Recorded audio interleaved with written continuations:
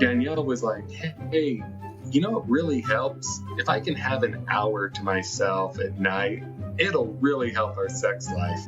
Welcome to Normalizing Non-Monogamy, the podcast where we interview incredible people from across the entire spectrum of non-monogamy to hear their fascinating stories.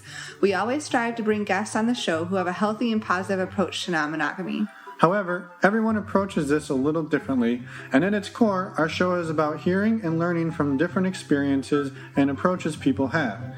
With that in mind, it's important to remember that the views and opinions expressed by our guests do not necessarily represent those of our own.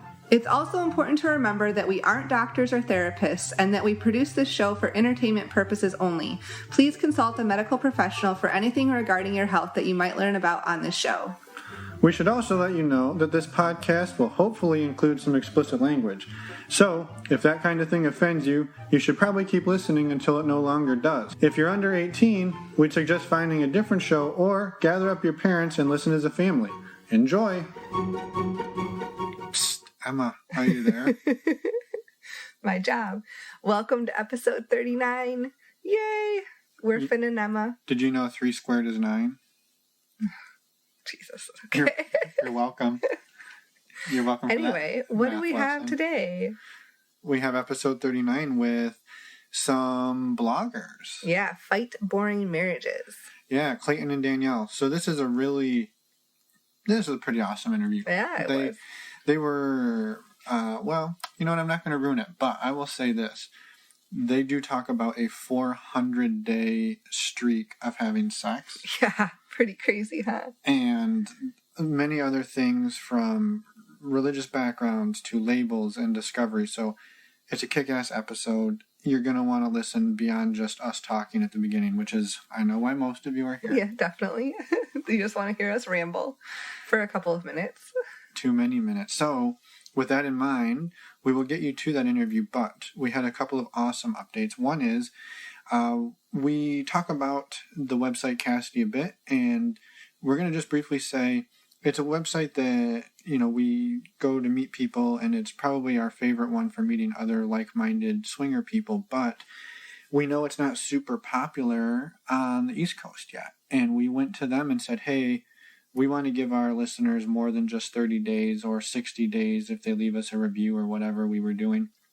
And now, without anything other than using the links on our website, if you sign up, you get... Yay! 6 months! 6 free months of a full elite membership. Yeah, so, 6 months, people. Okay. That's exciting. Settle down. It's not that exciting. I think so. All right. Go over there, use those links. We also have some other exciting news about our other sort of affiliate, which is STD Check. Hey, that was what I was going to talk about. Well, then talk about it. Yes, for those of you who listen to the show, you know that we plug STD Check often, and it is a service that we really believe in. It's an easy way to get checked and tested for STIs. If you use the link on our page, you get $10 off your panel. Every time. Every time you do it, yes. And we have exciting news coming up, but we can't release it yet. We can't quite talk about it yet. We're still finalizing the details, but it will be in the new year. Yes. 2019 is what she means. I think people know what that means. All right. Enough talk. Let's go hear what Clayton and Danielle, how they're fighting these boring marriages. And before that, you can find us at our website, normalizingnonmonogamy.com, on Twitter under the screen name NNM Podcast, or the same screen name on Cassidy. And that's where you'll find the links to all the cool shit we just told you about. On our website, yes. All right, now we should go listen to how they're fighting these marriages. Bye, everyone. Enjoy. I feel like you were just trying to, cane me off the stage. No, I'm just trying to get to the interview. All right, let's go. So, well, thank you both, Clayton and Danielle, for taking the time to join us with your Friday evening. Mm-hmm. So I guess we'll jump right in, and you guys have a blog that's called Fight Boring Marriages, and normally we like to wait till the end of the podcast to plug people's podcasts or blogs or whatever they're working on. But I think for you two, since sort of the title of your blog indicates not necessarily that you're non-monogamous, but that you guys were maybe tired of having a boring marriage and did something about it. So Do you mind talking a little bit about, where the name came from and sort of what was the catalyst for you to start that? Yeah, definitely. Yeah, thanks for having us.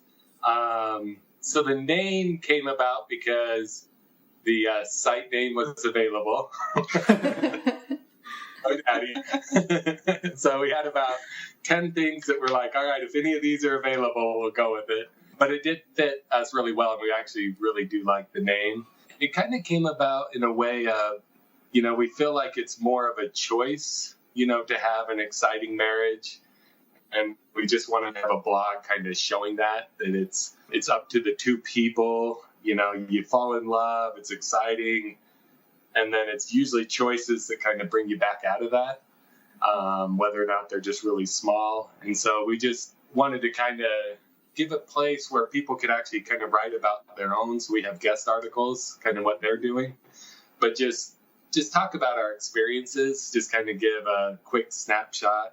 And we wanted to highlight the good and the bad, Okay. And so kind of give somebody a real view of what we're doing, and if anything applies, great. If not, great. Sure. Want to make mention that we're not therapists. We don't have any training, and it's just our story. Like, I'm not, out to tell my friends' stories. It's just about us. Yeah, just you guys doing awesome, fun stuff all the time. Yeah, some of your pictures are amazing. All of your pictures are amazing. So maybe two follow-up questions. For anyone that's not familiar with who you are, do you mind briefly introducing yourselves? And then a follow-on to that would be, did you get to a point where you felt your marriage was boring and that you needed to do something to combat that and sort of pull you out of that funk? I'll go first. So I am Danielle, and backstory on me, I am number 10 girl in a family of 14, 4 brothers, and all from one vagina and one penis. I know we live in Utah, but no, we are not polygamous. I unfortunately got that a lot growing up. But we grew up in a very conservative, very religious, I grew up in a religious household. We're in a very religious community. And for me, as a woman in the religion that I was raised in, my whole identity was waiting for a man. Like, my parents, and I love my parents, I love my family, but it was always, oh, you don't have to go to college. You just go to college to find a man. And then that's what I did. I met Clayton a month after I graduated high school, and we got married a year later, which is actually pretty crazy for Utah standards. They're normally married within a few months of meeting. And with that, so many people don't develop those communication skills. They don't know the person that they're dating. It's just, oh my gosh, I like this girl, I have to get married, and I want to have sex, because sex is a very taboo subject in our community. Well, and maybe to specify, do you mind, I think it's fairly obvious at this point, the religion or the community that you're referring to? Yes, so we both grew up LDS, that's Mormons. They recently changed what we can call them, so I don't even know at this point. So we announced to both our families 3 years ago that we no longer we're going to be going to the Mormon church anymore. And we've been transitioning out for the past 8 years. Now, my parents don't know, but we did officially resign a year and a half ago. So we just really want Mormonism just kind of out of our lives. With that being said, we were devout for 30 years. And so it is our life. It's our backstory. We're still in this community. We're raising our kids around this community. So unfortunately, it's there, and we talk about it, even though I cringe every time we do. Yeah. And to give you my backstory, so I, also grew up in a Mormon household, very conservative. But as far as Mormonism goes, though, we have no problems with Mormonism.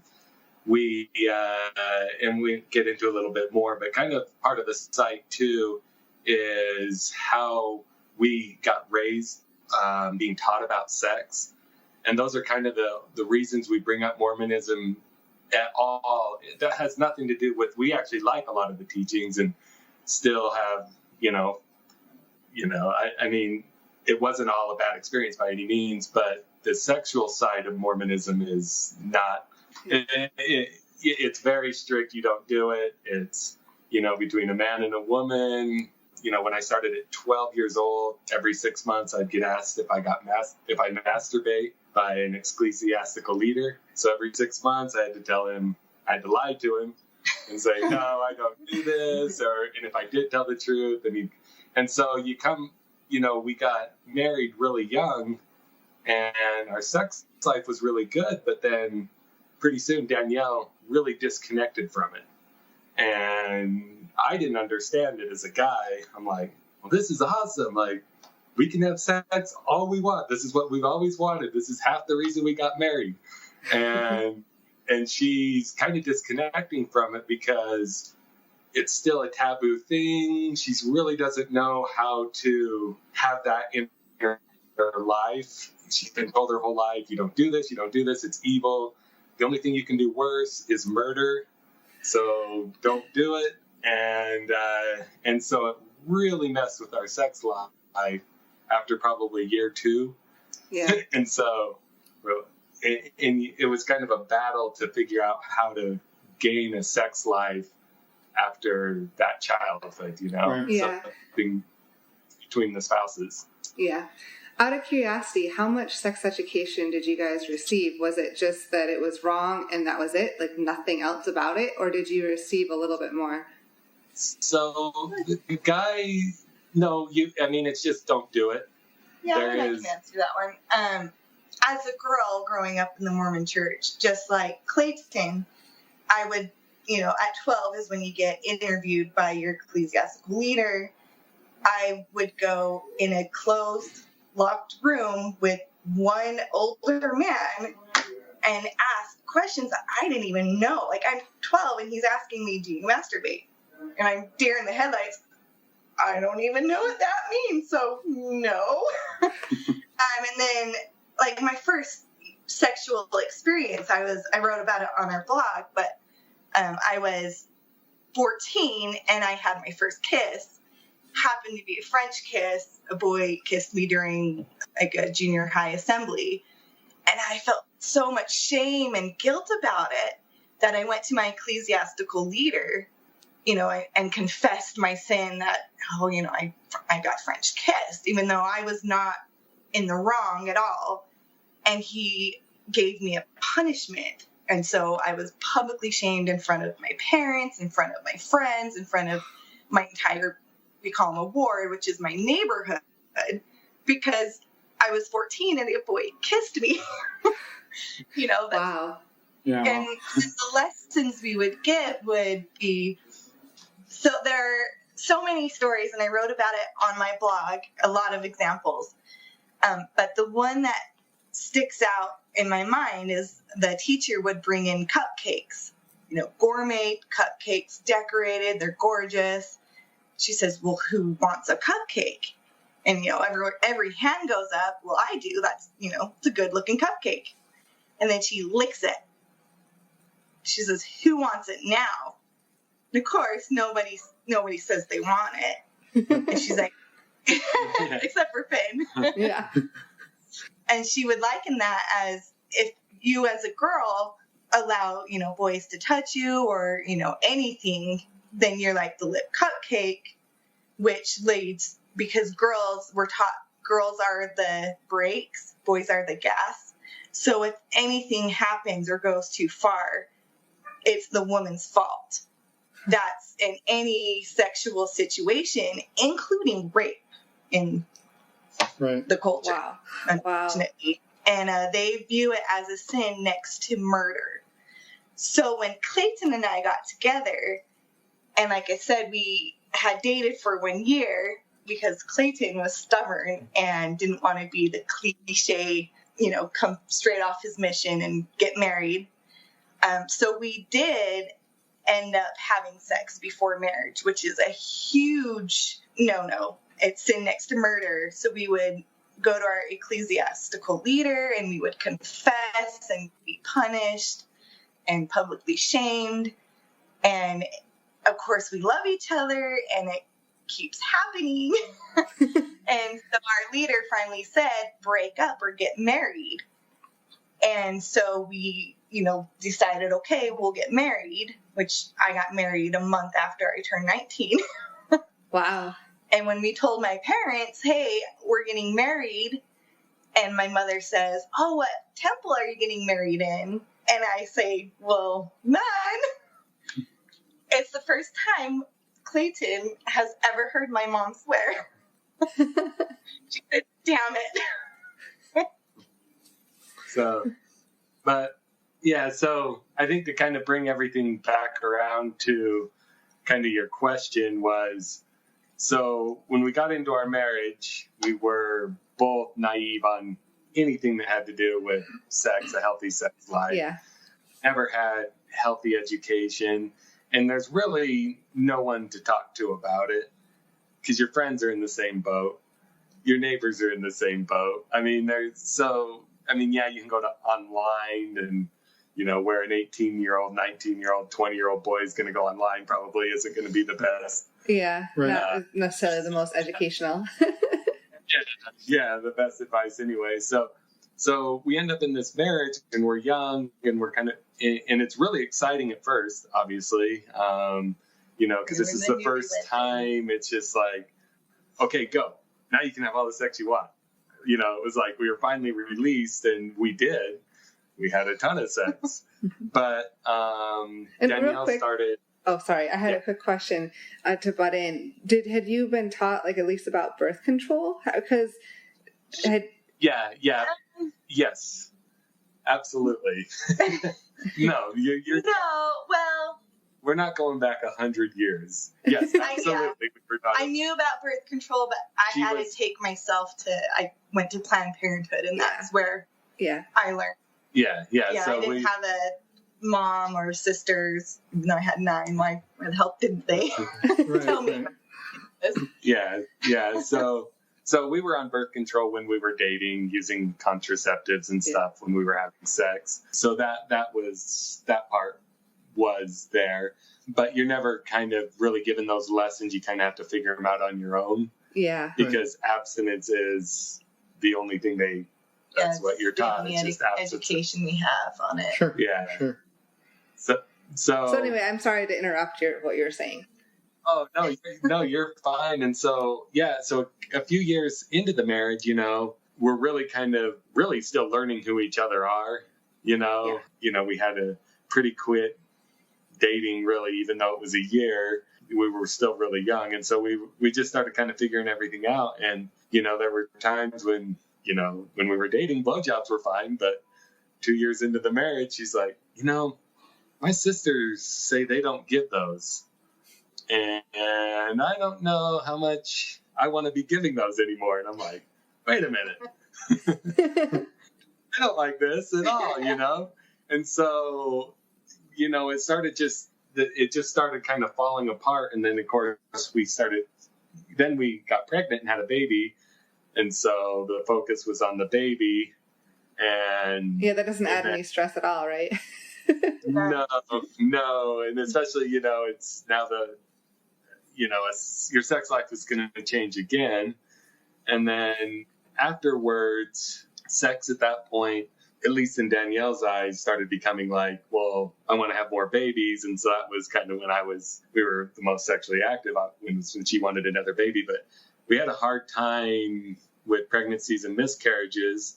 And so that really threw sex really off. So now at this point, there's the background from becoming the religious background, there's the children, there's the miscarriages, and we finally have another boy, and so we repeat the whole cycle again.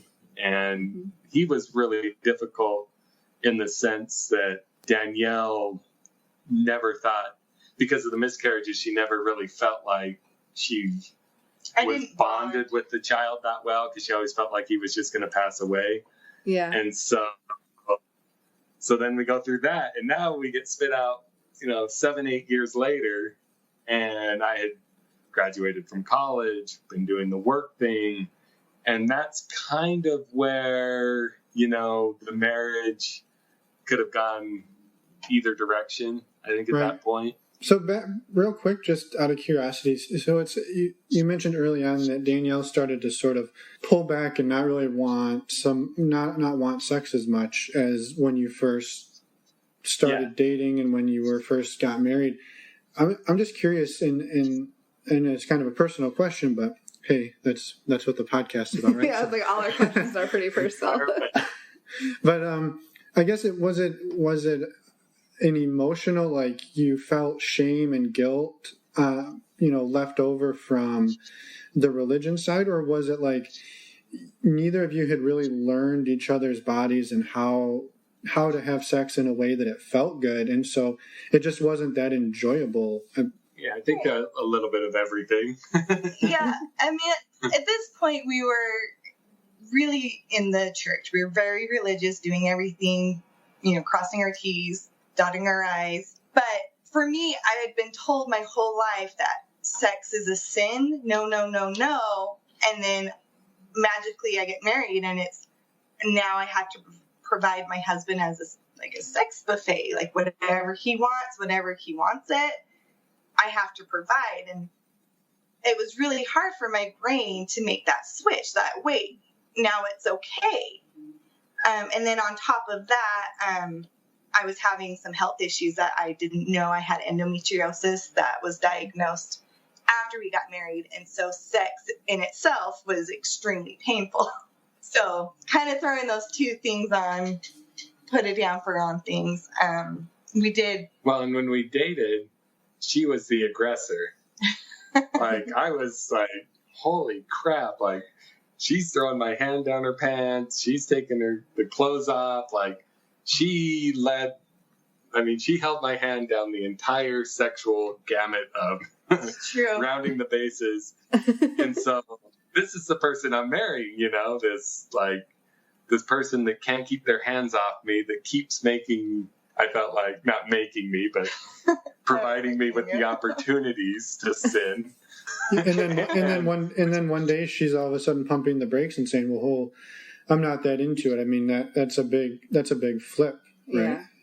It was, and it was like, whoa, wait a minute, what happened to that girl that would try to give me blowjobs and, driving my car on the freeway, like when we're dating, and then it's just kind of cold. But there was a lot of circumstances. It wasn't just one thing. I mean, like she said, endometriosis, babies, miscarriages. I mean, I was going to school. We had loved ones pass away. There was finding a job, and when I did find a job, I was working crazy hours, at first. And so it was just the gamut of everything. And we really don't find our early part of our marriage that unique to us. I mean, I think there's a lot of people that go through the sexual frustrations, whether or not they were in religion, in college, careers. So I don't think we're this abnormal couple. And so as we kind of came out through our 20s, we were like, God, we have never been anywhere. We don't do anything, And so we were like, we should go do stuff. And Utah has so much crazy cool stuff that people travel all over the world to see, and we've never seen it. So, we just started staying local and kind of doing these things, and just going on dates again, and really just kind of putting a lot of effort back into each other. And that's kind of where that whole, now come back around to fight boring marriages, it's kind of when we made that turn of going, hey, we can do better. We don't have to live our lives like this anymore. Let's start having fun.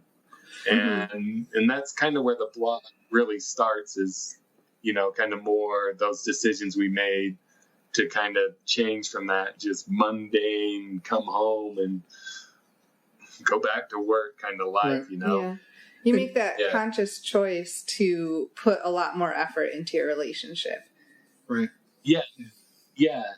And I remember, we had talks early on, and Danielle was like, hey, it really helps if I can have an hour to myself at night. It'll really help our sex life. And I'm like, okay. And so, like, one of the early things we did was, like, it'd be like 8 o'clock, and I'd be like, all right, I'll get the kids down and, do some dishes, and then kind of come in, and she'd be in reading her book and stuff. And, like, the sex was amazing. And so I'm like, oh, okay, this is one step, she, with having a really young children, she's like, I just need a moment to turn from a mom back into a wife, back into somebody who's sexual. And it's like, I get that. So, we started making kind of small decisions to kind of really start bringing that, making the sex life important. Right. And so was the conscious effort to start going out and doing things, you said going on dates, going and exploring your home state, at least to start with, were those, I think it's fascinating that those were ways that you sort of rekindled your sex life by not necessarily focusing on the sex part of it, but focusing on the rest of the relationship as a whole and letting the sex follow that. Yeah, definitely. Well, I definitely was quick to recognize when Clayton was making an extra effort for me, and so I would reward him with that in the bedroom. Oh, sweet, you did the dishes for me? Well, let me give you a blowjob. Dishes equal blowjobs? Okay. All right.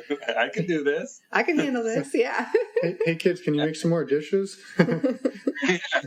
Where are the damn dishes?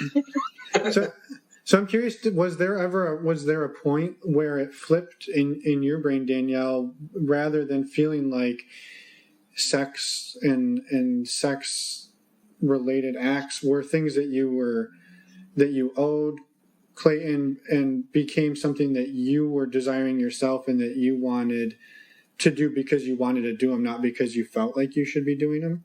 Yeah, there was. I went on a retreat with my sister and her friends, and it was the first time in my marriage that I heard other women talking openly about sex. Wow. And this was probably 5 years into the marriage. And they were raving about this book, the 100 Days. I can't think of the name of the book. Just Do It, sorry, is the name of the book. And the whole premise of that book was him and his wife decided to have sex for 100 days in a row. And so I came back from that retreat, and my sister gave me her book. And I said, Clayton, we're going to do this 100 days. It's going to work. And he was skeptical. And I was like, what? This is sex. Like, you don't want 100 days of sex with me? And we lasted, the first time we attempted, we lasted about 2.5 weeks. It didn't go well.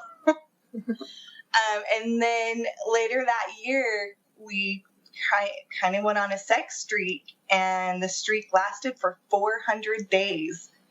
Wow. And we actually have a calendar of all the things we did on those days.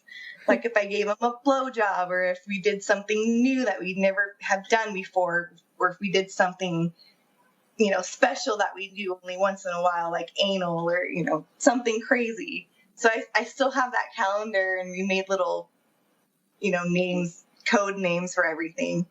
Uh-huh. But through that process, I found that I wanted sex. I was craving sex. It wasn't just a thing to do to make my husband happy. It was something that I needed. And it's kind of a running joke now. If we go too many days without having sex, I'll turn to Clayton and I'll say, hey, you need to fuck me now, or else we're getting a divorce. And so what were some of the things, I guess, maybe that along that route, like at what point did it sort of trigger in your brain, like, oh, this is enjoyable for me. This is what I wanted out of sex versus maybe what it was before that was causing it to feel like a chore? Well, I think one of the things that kind of with that 400 days is, you kind of start learning. We were prepping for it and stuff. So, we were making it fun. It wasn't just 400 days in the bedroom, it was like, hey, we should go do it here. We should go on a date, let's go find a park. And so we were doing you put a fun lot things more effort into it. Yeah, there was a lot of effort into it to make it fun, but there were days where honestly, like, we'd look at each other and it's like, ugh, all right. You sure? Danielle was big on like, yes, we are getting this goal. Like, you are getting in me at some point. And I'm like, all right, I can do this. And so it would start really lackluster. I mean, really almost forced just to keep the number going. And it would end amazing. And I was like, holy cow, I feel better, And so it just really kind of emphasized how important that pillar is in our relationship. It really was one of the things that made me fall in love with Danielle was how sexual she was. And to get her back after so many years was like, it was just crazy. But it wasn't like she just showed up. It was, a lot of effort, a lot of work, Right. Yeah. Yeah, for sure. And so all along those same times you guys were out hiking. And I mean, if people go to your blog and look, I mean, you guys go all over the world. You're hiking. You're out in nature. I mean, you have beautiful photos. And so I definitely encourage people to go check that out because the pictures are amazing and the stuff you two do together is amazing. And so did the 400 days of sex like also inspire new outside of the bedroom adventures? Definitely. So I think the biggest one that kind of started was kind of being nude in the outdoors. We'd climb a mountain and, she would first just take a topless picture. And I was like, oh my gosh, this is the coolest thing ever, And I was the driving force behind that. I just thought it would be hilarious to Clayton's on top of the mountain, taking pictures of something else. And he turned around and I had my top off and we'd have a good laugh about it. And then it kind of became a tradition. Every time we made our goal, we hit the top of the mountain, I would have a flashing picture. So we ended up really exploring nudity in a way, kind of getting used to being naked again. Had never experienced any of that, so I shouldn't say again. But I think that was kind of one of the big things with all that initial hiking and stuff was just being alone together. And, we would have sex on top of mountains. And so then we were trying to figure out, well, where else could we have sex that's really fun, We should go down by the lake. We should go find a beach, and we should go swim naked. And all these things were just really exciting, And, and as you guys know, when you discover something kind of new, it recharges you for a long time, It boosts your relationship for a long time. So we were just really having fun with that. So I think that's kind of the biggest thing out of that 400. I'm kind of starting to explore the shadows of sexuality a little bit. Yeah, was there something maybe each one of you that you discovered was like your favorite thing to do, and that's sort of like kind of stuck with you that you didn't even know existed before the 400 days started? I don't know if there was anything I didn't know existed, but I can tell you there were a lot of things I wanted to try, and it gave us open communication to be able to talk about those things. So we had a travel bucket list, and we had a Utah one, we had a U.S. one, and we had a world one, and we wrote out all the things we want to see in Utah, all the things we want to see in America. that were, top tens or whatever, and then where we would want to go in the world. And I was like, we should do a sex one. and Danielle was like, okay, that sounds fun. And so we sit down and we write this list out of all these bucket list items. So now it opened up that communication to be able to kind of feel safe to talk about, some fantasies, maybe some stuff we've never talked about. And one of the things my friend told me he did once, he's like, we had sex next to another couple. And I'm like, what? People do that? I'm like, well, that sounds fun. But I never really brought it up to Danielle. And I thought, okay, we decided we'd go every other one. So I'd get the odd numbers and she'd get the even numbers, and we'd go to 10.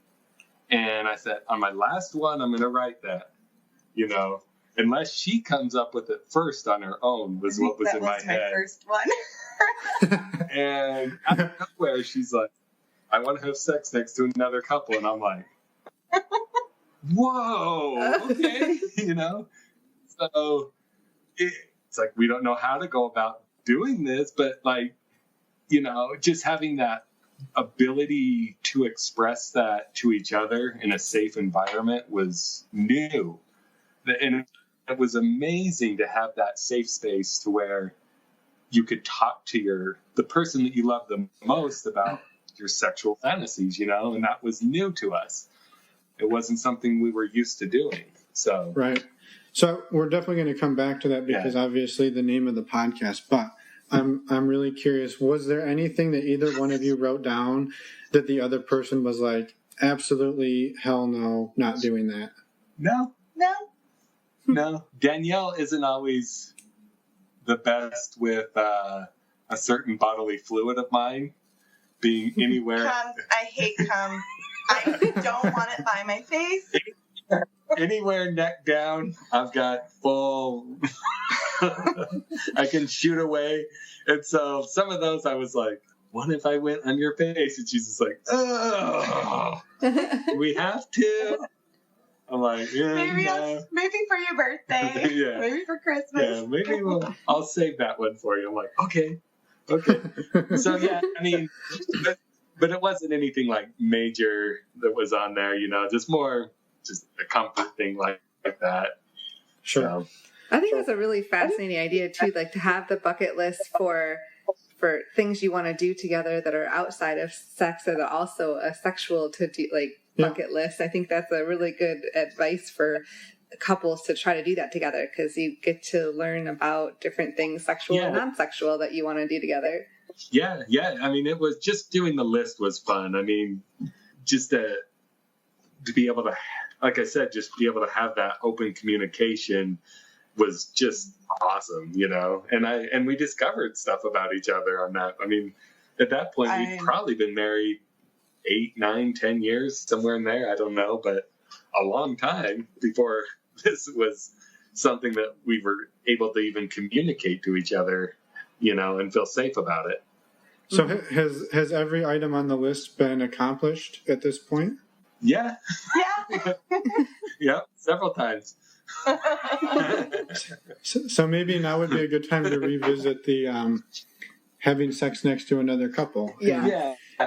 And maybe leading into that. So one of the things that people would find, a word that you guys have used a few times on your website is the word monogamish, and maybe explaining to people what that word means to the two of you, and maybe how you went about discovering that and what that looked like.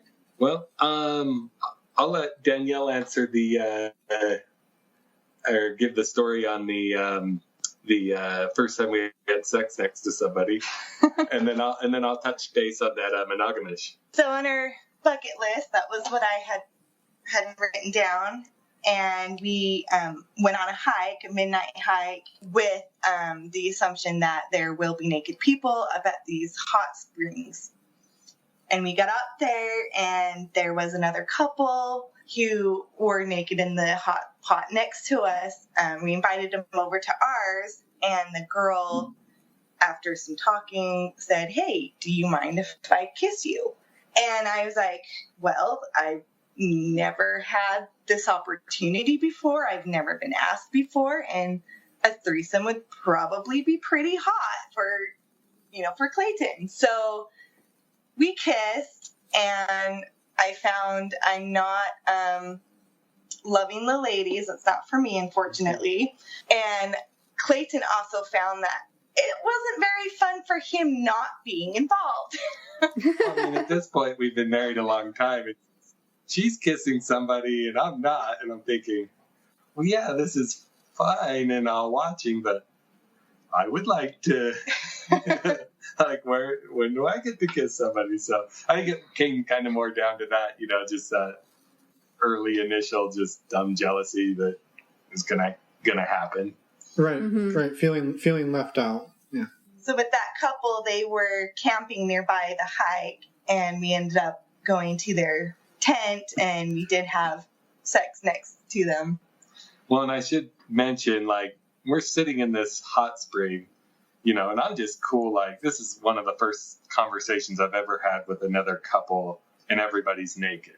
And so this is the first time we were naked in public. Yeah, so this is already a big deal. And we're sitting there, and we're just having a fun time. These people are awesome, all a good experience. And then Danielle out of nowhere goes, "Hey, I have a bucket list item. Do you want to help us?"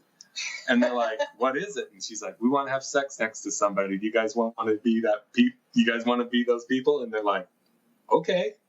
And I'm like, so I'm sitting in this corner of this hot spring going like, whoa, like, holy cow. Like, this is, we went up to just experience being naked in hot springs, possibly around other people.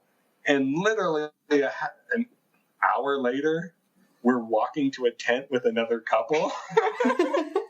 So your first experience having sex next to another couple was in a tent? Was in a tent on the side of a mountain with these people we had just met an hour or two earlier. And yeah, it was, so I don't know if it was in your first or second one, but you talked about the power your brain has over your penis. Uh-huh. That was my first experience on how I didn't know that could happen. So, but I am a fantastic actress. Yeah. So no one knew we were having. Yeah. So I gotcha. Yeah. Yeah. So we go in there. Things aren't working like they should work. Danielle plays it off really well, and we literally just end up going, okay, see you later. Zip, unzip the tent. And they set the stipulation. They were like, you guys don't want to touch us, do you? And we said, no. And we said, okay. So we already had boundaries that there was going to be no touching, and there really wasn't. It was just 30 minutes in a tent, and I don't know their names. I couldn't pick them out of the lineup. And that was that first experience. So walking back it's about a 3-mile walk from their camp. So we had about 3 miles to just talk about what happened. Like, whew, okay, where do we go from here? What the heck just happened? But we got home about 4 or 5 in the morning, showered off, and had amazing sex. And things worked that time. Yeah. Yeah. Pisses me off even worse how well they work an hour later.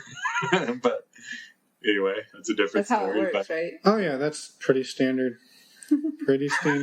Yeah. So that's a really awesome story, though. Yeah, no, I think that's amazing. So yeah.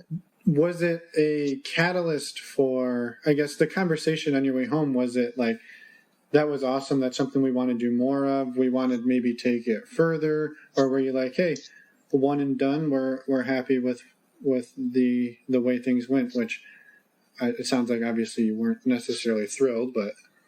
Yeah. One and done was the initial, hey, we did it. We get to cross that off that number 10.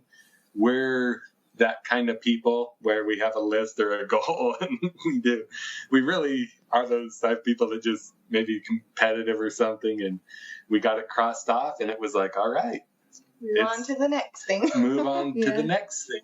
So the next thing that would kind of fall, kind of under that maybe non-monogamy blanket, was I started going, that hot springs thing was really fun, hanging out with people naked. And I saw this video of these friends in Lake Powell, and they had rented this houseboat, and they were all topless. All the girls were topless, and they were kayaking and swimming and just having this awesome time. They had big bonfires, and I was like, God, people have friends like that? Where do we find friends like that? So the next kind of big step for us was probably looking for what we call naked friends, where, we were like, how crazy would it be to have a friend that you could be like that? How could you be around them like that?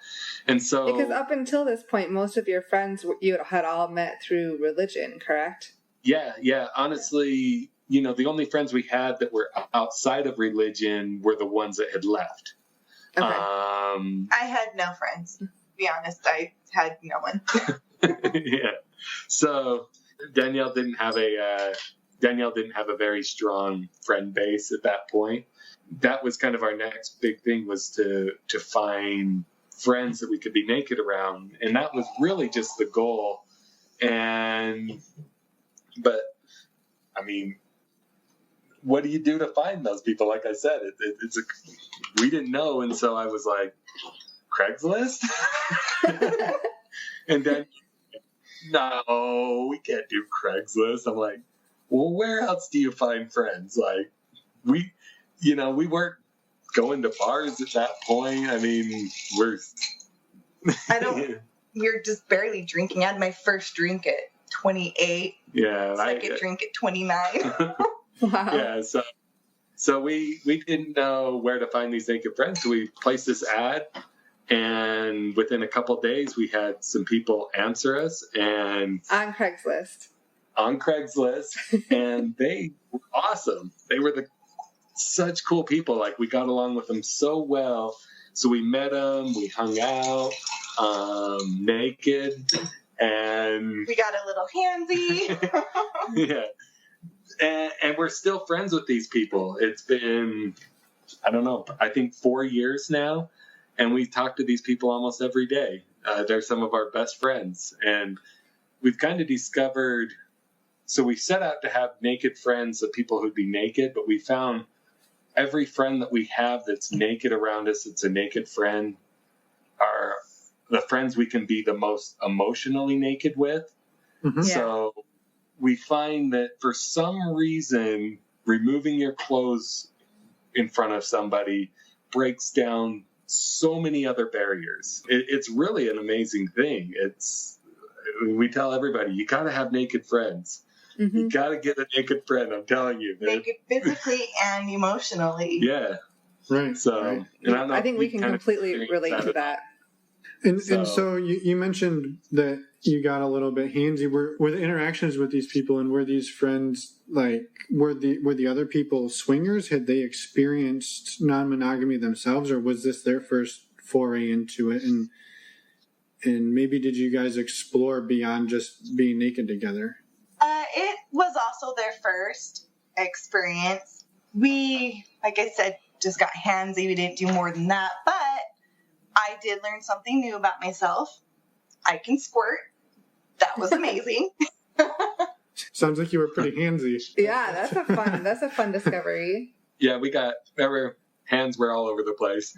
And it was funny, it actually came back to, we went on a camping trip with them, and we were all just kind of hanging out, and I was like, hey, do you guys want to have sex in the same room? And they're like, okay. Because for me, I was looking for redemption. It had been a couple of years, and I'm like, okay, let's see if this can really happen. And this time, I think because because we already built a pretty good relationship with them, we'd already text a little bit back and forth, and, there was nothing new being seen, that it just made the whole thing easy. And I think we were relaxed enough that, we were, able to kind of, Danielle said, just get a little handsy with each other. So, but we already had a pretty good level of comfort with them before any of that. Right. Now, so one thing you mentioned, Clayton, before we started recording, was that one of the things that you learn being brought up in religion was that Danielle's sort of body and sexuality and it sounds like more or less everything about her was sort of your property in a sense. Was that sort of how you described it? Yeah, I mean, there's definitely this like kind of patriarchal type of, I don't know if dominance is the right word, but where, you're taught a woman has a role, men have a role, and you follow these roles that are given to you. A woman's job is to be at home. She's a caregiver. The man's job is to go out and be the breadwinner. All these standard, really conservative values. Well, and it doesn't matter the woman's decision. The man has the final say, regardless of the situation. Yeah, and I don't know if I ever felt, I'm just not that kind of person to where it was like, oh no, we're having sex here, or else, it was we never had that kind of relationship. But I remember telling Danielle early on, I can forgive you for anything but ever being with another person in any way. If you ever are with another person in any other way, or if I'm ever with another person in another way, you need to leave me, hold me to the same standards, because I said, if you ever do anything, I'm divorcing you. I'm gone. It doesn't matter what it is. And because her sexuality, just to me, to share that with somebody else would have just seemed like the most awful thing in the world, And so, so I kind of felt like, no, I get her. She's mine. She can't be shared. She can't, and so it was definitely this, without, like I said, without abuse or anything, this dominance that I felt like I had. Well, and with that regards, I almost stopped talking to men in general. I rarely talked to another man unless another woman was present, because every time I would talk to a man, I'd be accused of flirting with them. Mm-hmm. And in my mind, I was just talking to them. I mean, I'm the 10th girl. Like, I grew up learning to flirt. Yeah. That's just how I talk. So did those tendencies, did they manifest themselves in jealousy or anything when you started exploring with other couples or with other people? Definitely. And so we ended up having a few more, positive experiences after that one, and I really, after one of them, I just had a hard time sleeping, and we were fighting a lot, and we just really couldn't figure out what was going on with me, what was wrong with me. I knew it had to do with what we did with other couples, but I didn't really know why, because logically I was like, all that was fun. It was fine. Nobody got hurt. We did it with all very safe people. We, did it together. Together consensually. Everything we wanted, every rule and guideline and everything that you talked for way too long about was all met, and I was still having these problems. And I finally went to a therapist, and he said, hey, look, you got to realize you still have all those same core values. There's still a part of you that carries that, Danielle's sexuality belongs to you, that doing what you're doing is a really awful thing. He says it might not really be in your kind of what he called intermediate thoughts, your rational thoughts. He says, but it was so buried deep down inside of you that it's really manifesting itself. And I was like, holy cow, I think you're right, And so he said, hey, step back. And if you want to continue in the lifestyle, which he didn't say stop, which surprised me because he was a very conservative guy. But he was like, if you want to continue, you need to realize that this process for you is going to be slower than it is for a lot of people. You have to have small positive experiences. And then when you have things come up, you have to really not rationalize, but have to realize in your head, hey, why am I having this feeling? Why am I having this thought? Why is this jealousy here? Why am I having an anxiety here? And is it because of an old belief? Is it because of a jealousy? And really kind of take the time to realize that it's fine to have those feelings, and then just to kind of set them aside and not chase them, not, give them more power than they need to have over you, but that it's to realize why you're having them and that it's okay to have them. And since then, we kind of stepped back a little bit and everything has gone really well. We've really just started to kind of focus on each other, but still explore as much of the shadows of our sexuality as we can. So since you started talking with therapists and everything, you've dialed back anything with other people. Is that correct? Yeah, so that was kind of the main thing. And he didn't say, don't do that, but that was just kind of our choice was,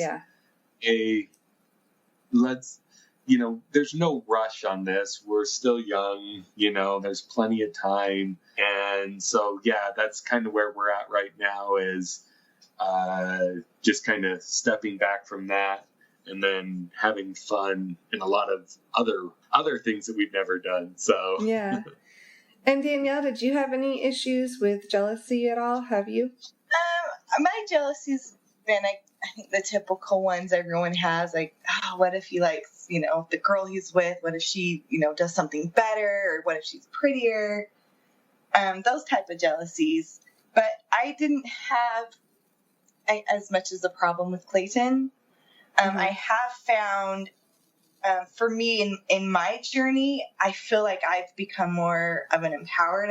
I've learned how to accept myself and my body more. But also at the same time, adhering to Clayton's anxieties that he was having. For example, when we went to Burning Man last year, it's very pro-nudity, and I wanted to walk around nude. And at one point, Clayton said, hey, I'm having a hard time with this.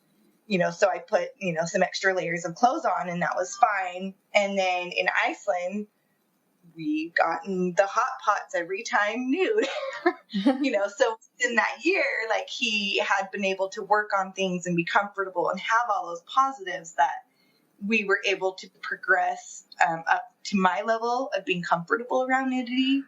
Now, for me being nude, it isn't necessarily a sexual thing for me. It's, like I said, it's owning my own body, it's acceptance, it's empowering. Yeah, and is that something that, yeah, and it's fascinating. And it is, I wanted to ask you about the body confidence, both of you. Has that something that you've grown into as you've gotten older and experienced more, or is that something that you felt you've just naturally had? I think Danielle has been by far more the nudist than me. I'm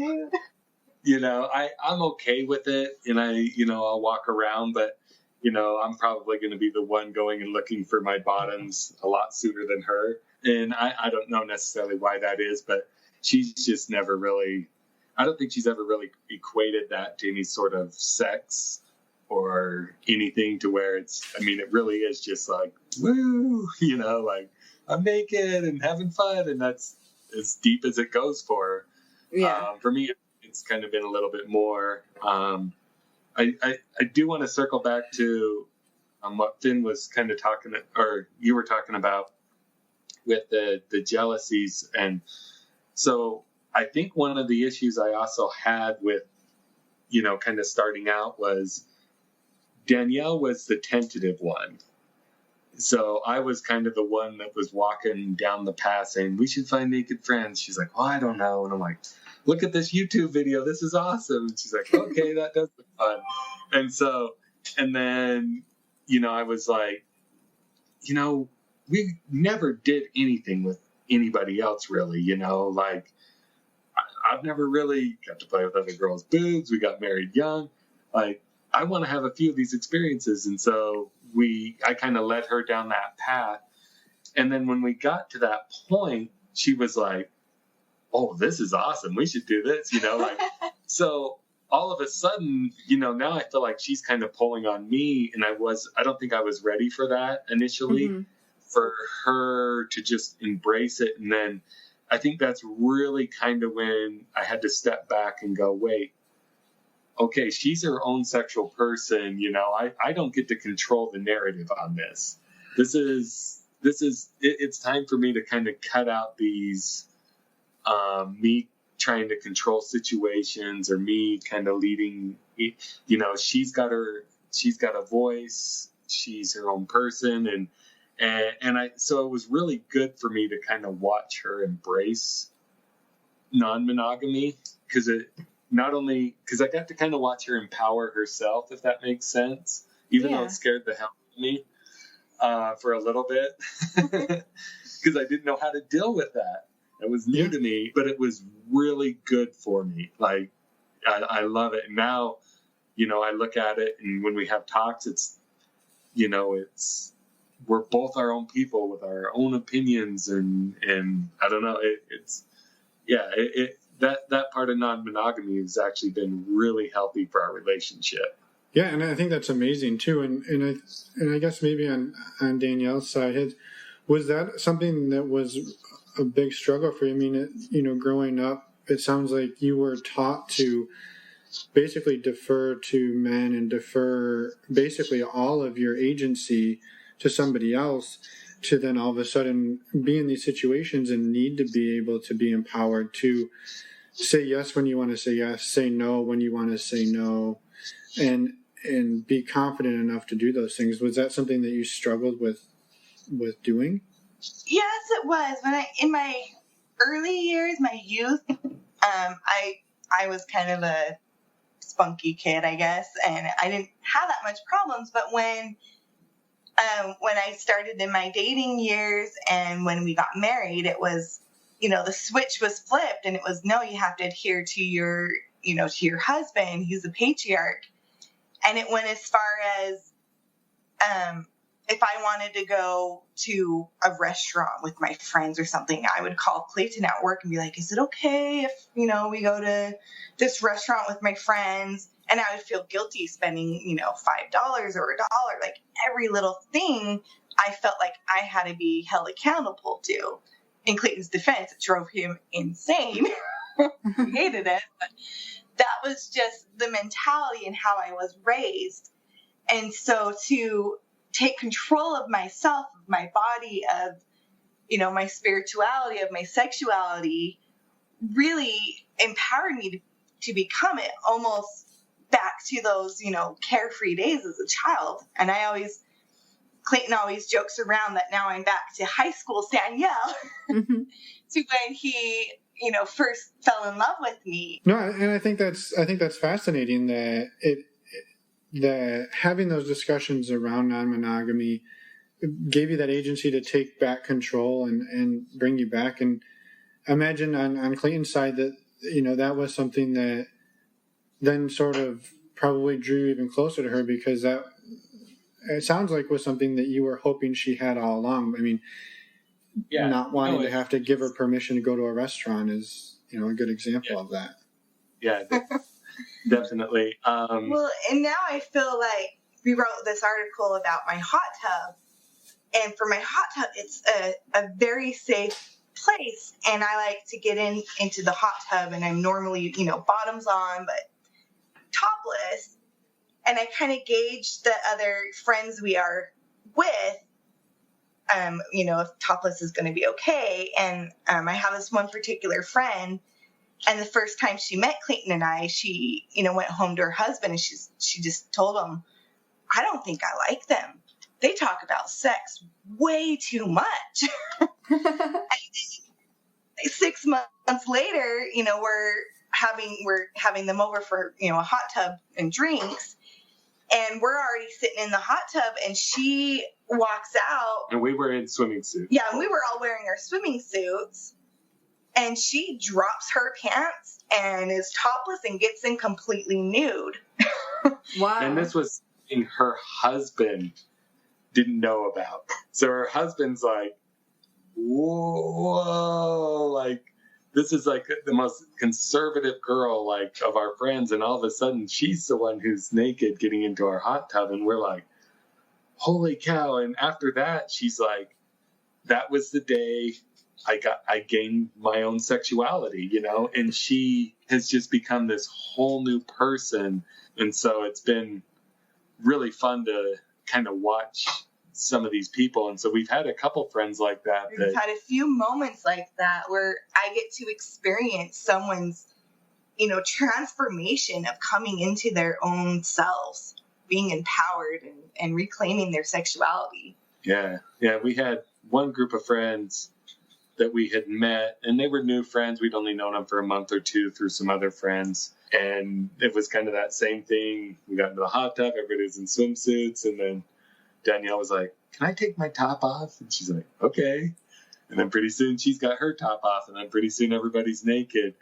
And we've been able to watch these friends, and that was their first experience. And now they've had non-monogamous experiences that they've loved, and it's just been crazy watching, like, people are like, how do you get naked friends? We're like, well, now we're just open. Like, you buy a hot tub. That's the key. Buy a hot tub. But it's funny that a lot of times if you provide somebody a safe enough space, to allow themselves to kind of open up, you really can see, with your friends, this non-judgmental, safe space, you can see them kind of just really open themselves up. And that's been kind of fun through this whole process, is to kind of be with some of our friends going through the process too. Right. Yeah. And so, going into the experiences you've had in non-monogamy, a lot of times we'll talk to people and they have tons and tons and tons of conversations about what they're going to do, what are the rules, what can't they do. And these conversations maybe go on for months or a year even before they ever do anything. Did the two of you have those conversations in that build up about, here's what, maybe tonight we're going to have some friends over. I'm okay going to this point, but not further. Or was it sort of just see what happens in the moment? So I'm an overthinker. So we've ended up now having the conversation of let's not have these conversations anymore. So we definitely had everything kind of laid out, and it took a long time of having those conversations. For me, I think mainly I needed to have those conversations more than once just to really learn how to give Danielle the trust that I needed to give to her. And now that I've got that level of trust and we've kind of talked about it, we don't feel like we need to talk about every situation. We've kind of talked, if you're in this situation, let's do this. If we're in this situation, let's do this. Would you do that in this situation, and kind of laid it out so much that it's almost made it not fun. Right. Yeah. Yeah. Yeah, to where it's like, for example, in Paris, we went into a sex club, and this was just a month ago or so, and we had talked, well, what if this happens? What if somebody tries to kiss you? What if somebody... And we created all these scenarios, and then we got in, and none of them happened. It's always the case. and then we laughed, and we're like, we had like 9 hours of conversations to build up for this 1 hour in this club, and none of them came to pass, And so I think that you have to be sometimes kind of talk about it, is really important, but also kind of realize don't don't go too crazy about it, if that makes sense. Like you try to predict what's going to happen, and you can't. And I think the biggest thing is to say, hey, these are the things I'm comfortable with for sure. And then from there, I have trust in you to make the right decisions. Yeah. We don't have to talk about every scenario. Definitely, we put red, yellow, and green lights on things. These are our green lights, and these are our yellow lights that, come talk to me if we're in that situation. And then our red lights are obviously, you don't cross that boundary. Yeah. Mm-hmm. But of course, none of those ever happen. Right. Yeah. I was curious, what was your impression of a pair sex club? So, because this was the very first sex club you've ever been to in anywhere, correct? Yes and no. So we had a really positive experience in Burning Man. So we finally convinced ourselves to go into the orgy dome that they have there. It was amazing. I mean, we got in, things worked, which is always important. I put on a show, and I really found I liked that. And we're standing in line with all these people for 45 minutes, and you're like, we're gonna have sex next to these people. This is insane. And then we went in and we undressed in front of everybody and put our clothes in a bucket, and then went into this giant room, and there was probably 50 couples in there, all going at it. Different types of couples. And so we went in and we found a spot, and we had this amazing time with each other. The tent has two sides, a non-touching side. Well, they call it a non-consent side and a consent side. So the non-consent side, you can't ask. If you go to that side, it's just stay with your partner and don't ask. The other side, you give people permission to ask consent, and then you can say yes or no. So they kind of split it up that way.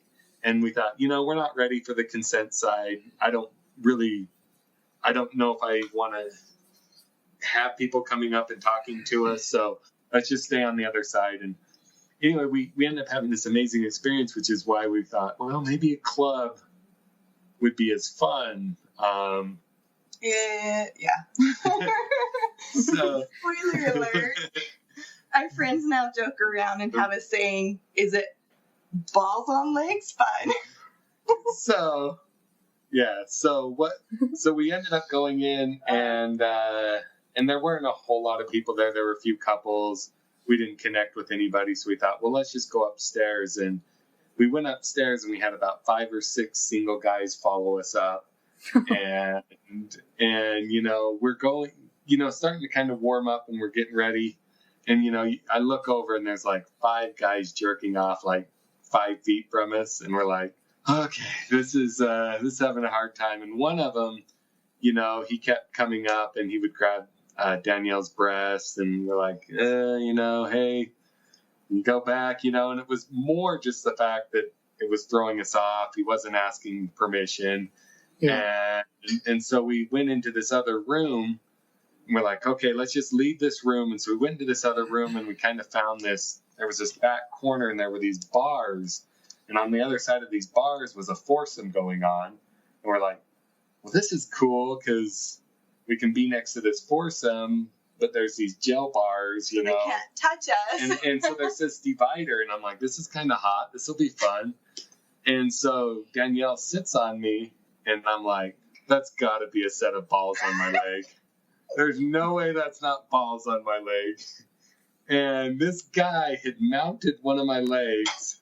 He's got his balls sitting on my knee, and he goes in and he just grabs Danielle's ass and tries to go touch her vagina, and we're like, whoa, buddy. I was so pissed. We're like, come on, what do we got to do? And so finally, we get his balls removed from my leg, and we're like, we gotta have sex. I mean, we haven't had penetration at this point. we're so thrown off, and the lights come on, and they're like, you need to leave. Club's closed. The club's closed. And we're like, are you serious? And so we packed up, and off we went. So, oh man, that's a long way to go for that.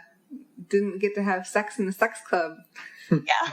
so we're still waiting for that experience. But honestly, I think what we learned is we left and we went,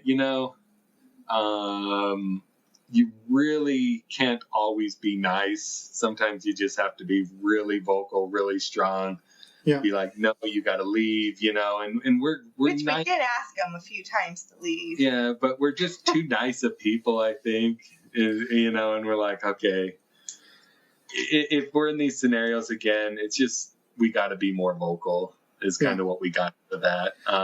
So in a way, it wasn't a terrible experience. We got a funny story and, and we went for it. It's not always going to be this awesome thing, but we laugh about it now so much that I don't know if that story is better than a sexy story or... Yeah, so sometimes the most awkward stories or uncomfortable ones turn into be the best ones to tell people later on. So yeah, we've definitely got our share of those. Yeah.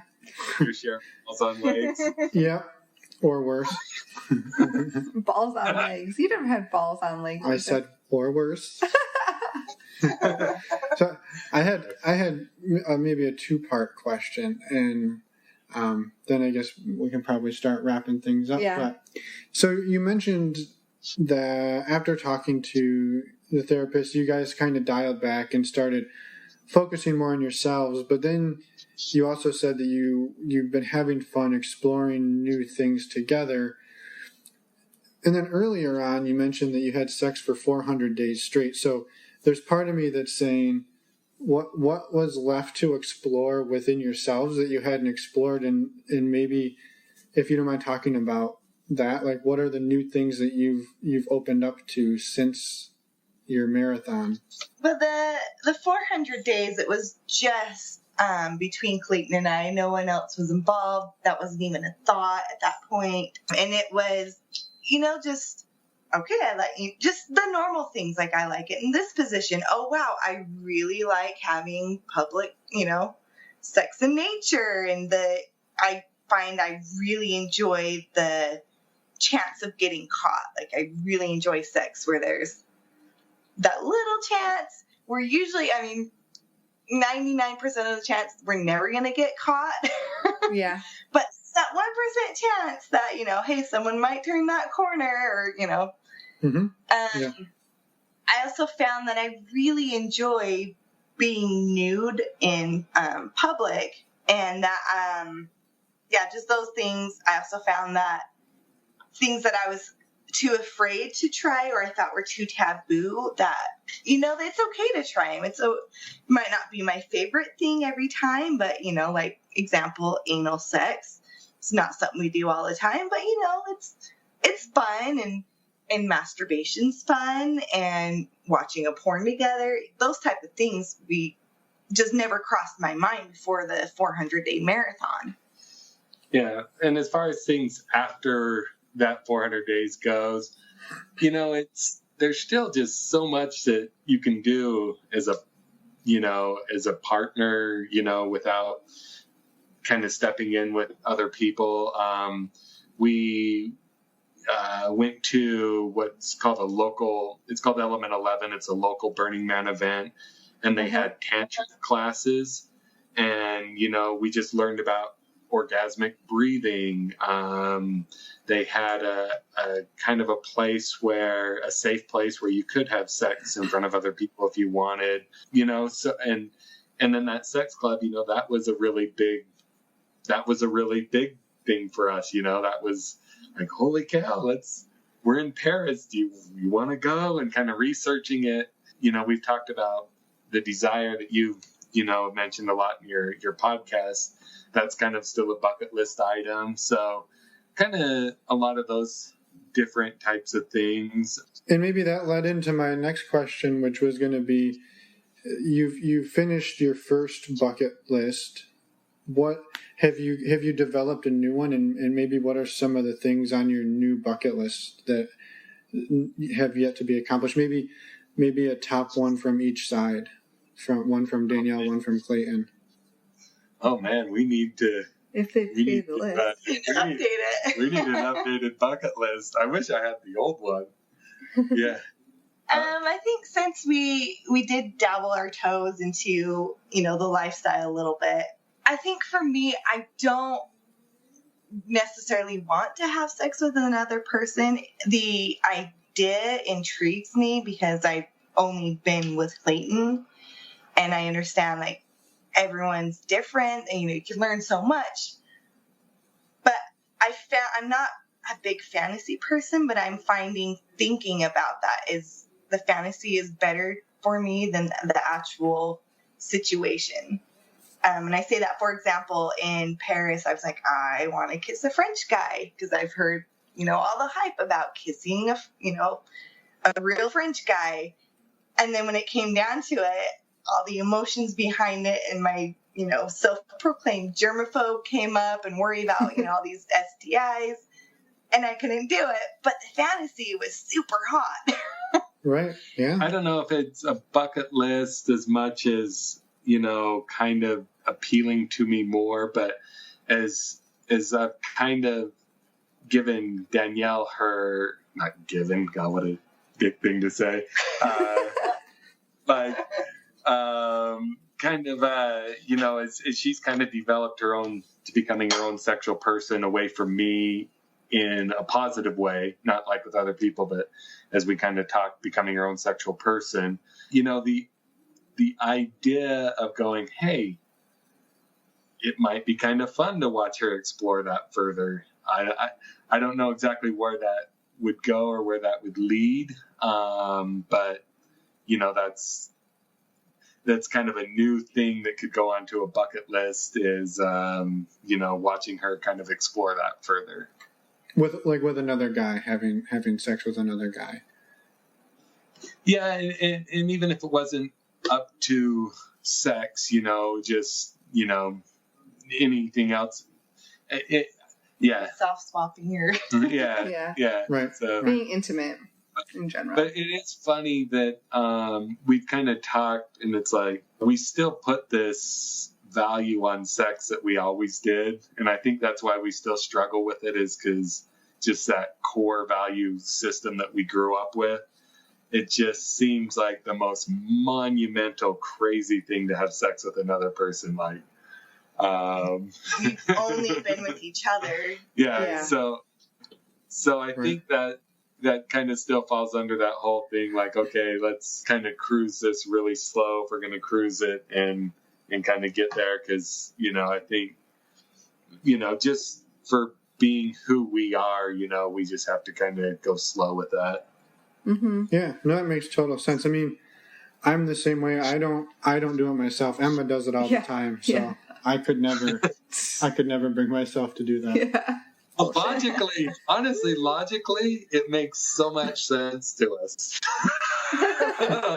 like about us is just like, who the fuck cares? Like, you just go do this, And then there's the other sides of us that we kind of battle with, and it just but it's it's us, and we're not going to fight that, and kind of force ourselves into situations we're not ready to. Yeah, and I think that makes a lot of sense. Yeah.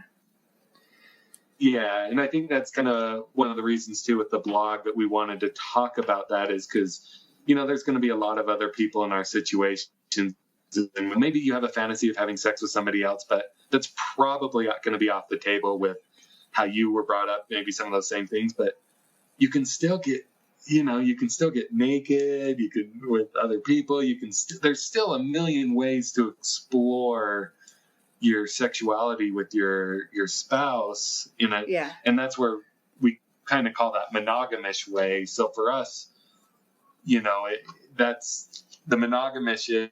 Hey, you're married? Okay, well, here's the group. Here's the list of rules that you now get to follow.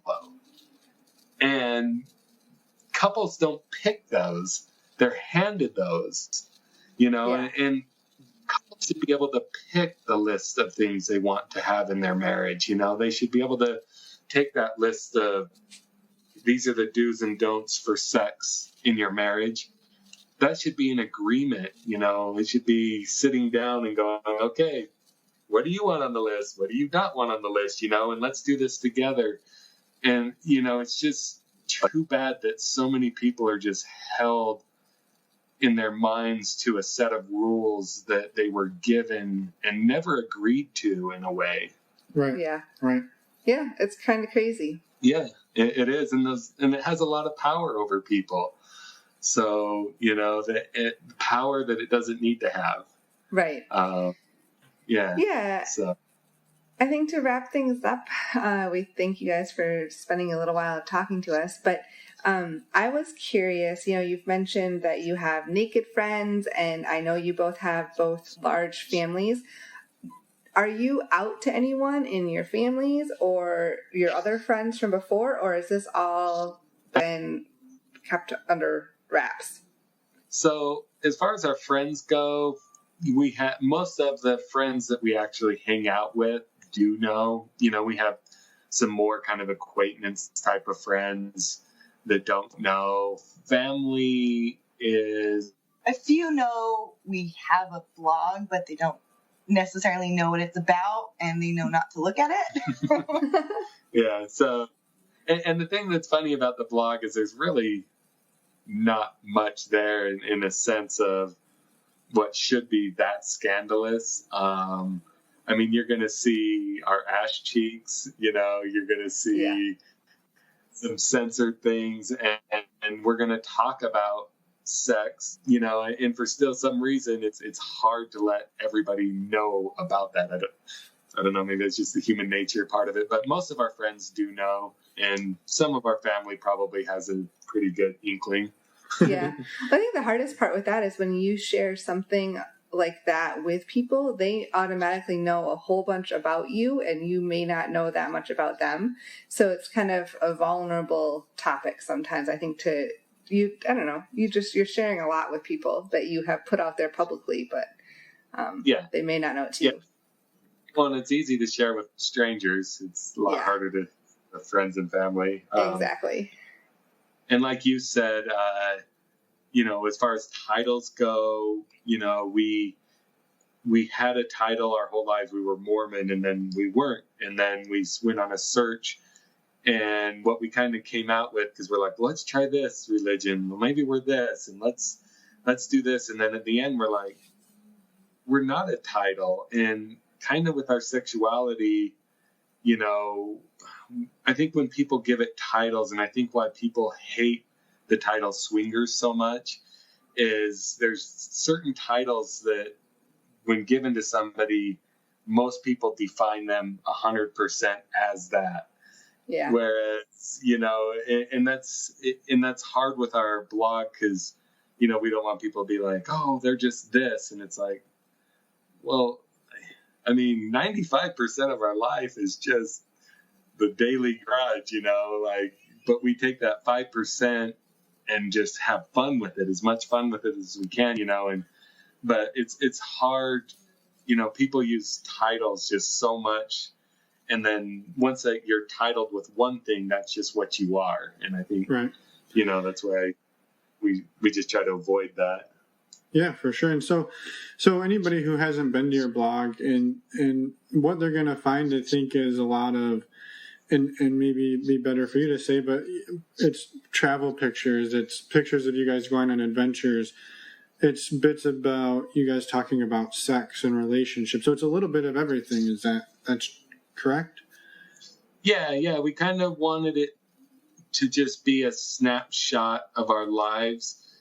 There's travel sites that are going to be way better than ours, and there's, and so we were like, well, we want to document our travels and stuff, but, people are really good at this and do it full time. And it's like this, it really isn't what we want, we couldn't see a value in doing that, but what we saw a value in was kind of going, okay, well, maybe let's give a vulnerable snapshot of our relationship, of our ups and downs, of, what we do to keep it exciting. And then that's really kind of where, it was like, okay, well, this is more about fighting boring marriages than anything. And an important part of that is sex for us. So we're going to talk about it. Yeah. And it's something that needs to be talked about more. Obviously, you guys agree. Yes. Yeah, 100%. absolutely. And I guess I think maybe just a final word is I think we wanted to say thank you both for coming on the show, but also for creating that as a resource. And I think, we've spent some time over there looking, and it's awesome seeing people out doing the things you're doing. And it's a lot of the things that we love doing. It's hiking, it's camping, it's exploring nature. And then at the same time, you're half naked or you're doing, it's such a cool mix of awesome things that we wanted to say thanks for coming on and thanks for sharing everything with the world. Yeah, no, I couldn't agree more. It's amazing, and we're so glad to virtually meet you guys. Yeah, no, it's been a lot of fun. Thank you for having us. Yeah, thank you for having us. Absolutely. Wow.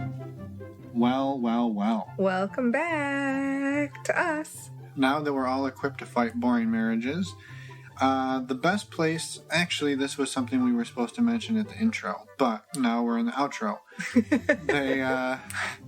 They are retooling their blog. So if you were like, oh, damn, I got to go check that out, and you went there and it was empty, it won't be early next year. They are working on what they're going to kind of relaunch it in the beginning of the year. We talked to them just the other day. So stay tuned for that. In the meantime, if you want to see amazing photos and all the amazing stuff they do, they're still very active on the Instagram. Yes. So go check them out on Instagram, and links to that will be in the show notes as well. Exactly. And thanks to them, we had an awesome time talking to them, and thanks for sharing their story. Yes. Next week, we've got one of the more emotional interviews we've ever done. It's a pretty awesome, incredible interview from... It's more raw and personal than... all of them are pretty personal. I was going to say. I was like, yeah. But it's more emotional than some of the other ones. It's a young woman she's from South America, but she lives in Barcelona, and she tells us basically her incredible journey about where she started and where she is now, and sort of the struggle she's going through with her and her wife. Mm-hmm. So please come back in a week, listen to that. In the meantime, you can just go listen to all our other episodes. I think you have enough time to do that as well. So yeah, enjoy. Especially because by now, Normalized Non-Monogamy is your homepage. Oh, that's right. Yeah, I forgot it was your homepage. Yeah, so go listen, and we will see everybody in T-1 week. Yeah, and just a quick reminder, you can find us on Twitter and Cassie under the screen name NNM Podcast. Please reach out to us. We love to hear from all of you. That's it. Okay. Bye everyone. Bye now.